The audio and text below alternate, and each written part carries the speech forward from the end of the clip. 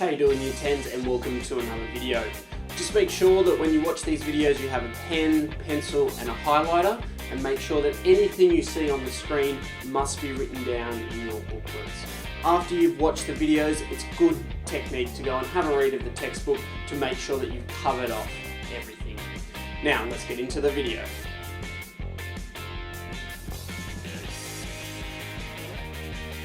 Unit 1, the periodic table. How do we organise the elements in this time talking about nonmetals.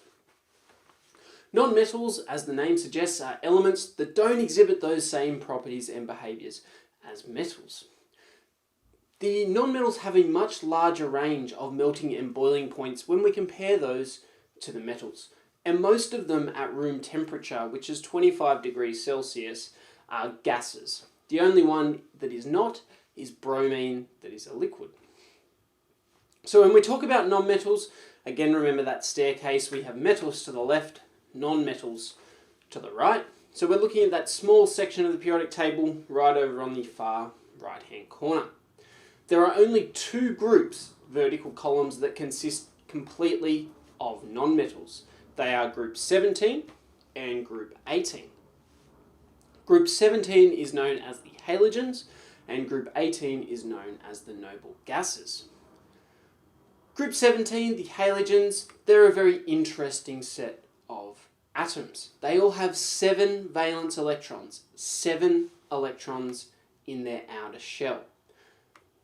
That makes them very, very reactive. A full outer shell would have 8 electrons. So what they like to do is gain an electron to form a 1- charge.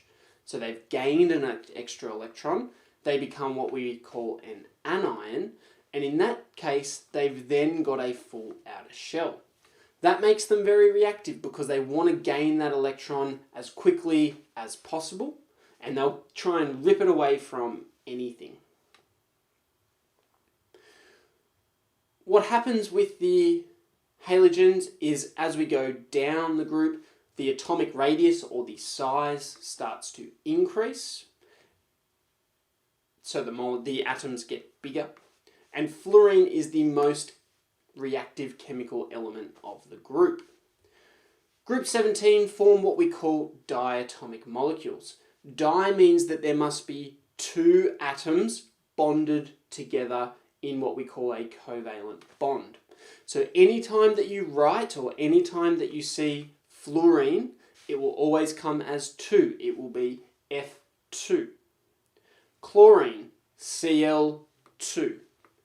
Bromine, Br2. Iodine, I2.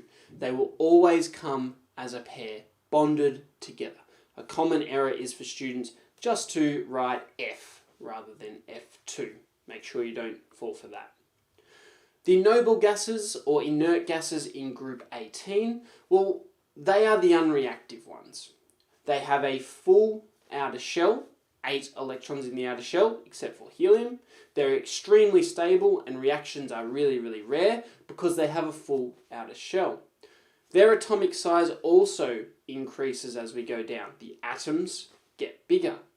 So some interesting things that happen with the noble gases is helium and neon, they start to float, whereas argon, krypton and xenon, well, if I had a balloon of those, they would start to sink. Xenon actually feels like it's a little rubber bouncy ball and you can actually kind of bounce it. They refer to that as the lead balloon. One of the things we might be asked to do is to compare helium with the other noble gases. Well, helium is a noble gas because it has a full outer shell. In the first electron shell, we can only fill 2 electrons. Helium has 2 electrons in its outer shell, so we say that it has a full outer shell.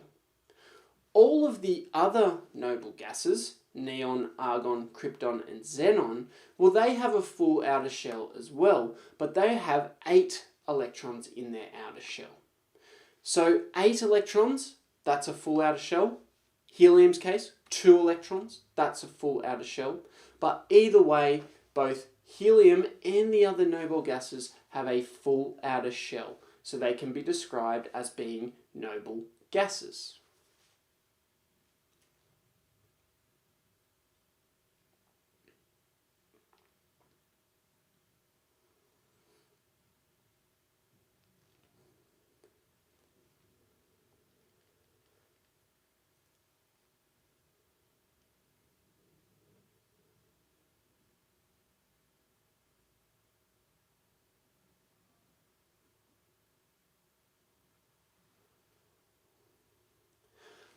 Okay, some of the trends that we need to explain in the halogens are some of the physical properties of group 17.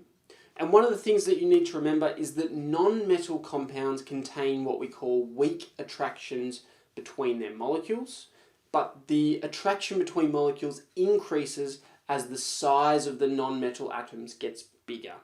This is a topic that's covered in Year 11 in more detail. So melting points and boiling points, I've got the group 1 metals there as well, and then I've got the halogens, as you can see.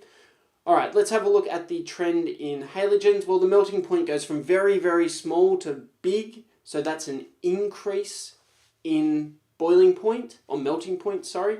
So it gets harder to melt the compounds. The boiling point goes from very, very small to big as well. So we're increasing the melting and boiling points.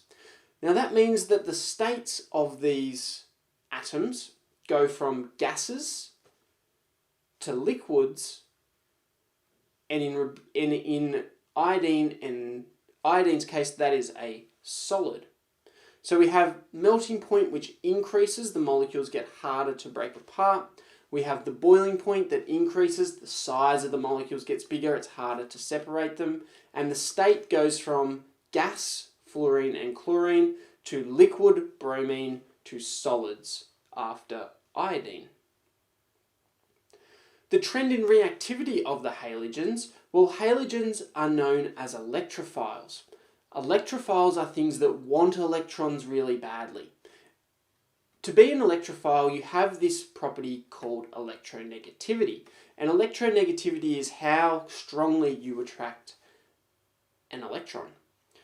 All of the halogens have a high electronegativity. Fluorine has the highest electronegativity, so it is the best element at attracting an electron. That means that it will grab electrons from anywhere, any of the metals that are around it, which means it will react very, very strongly.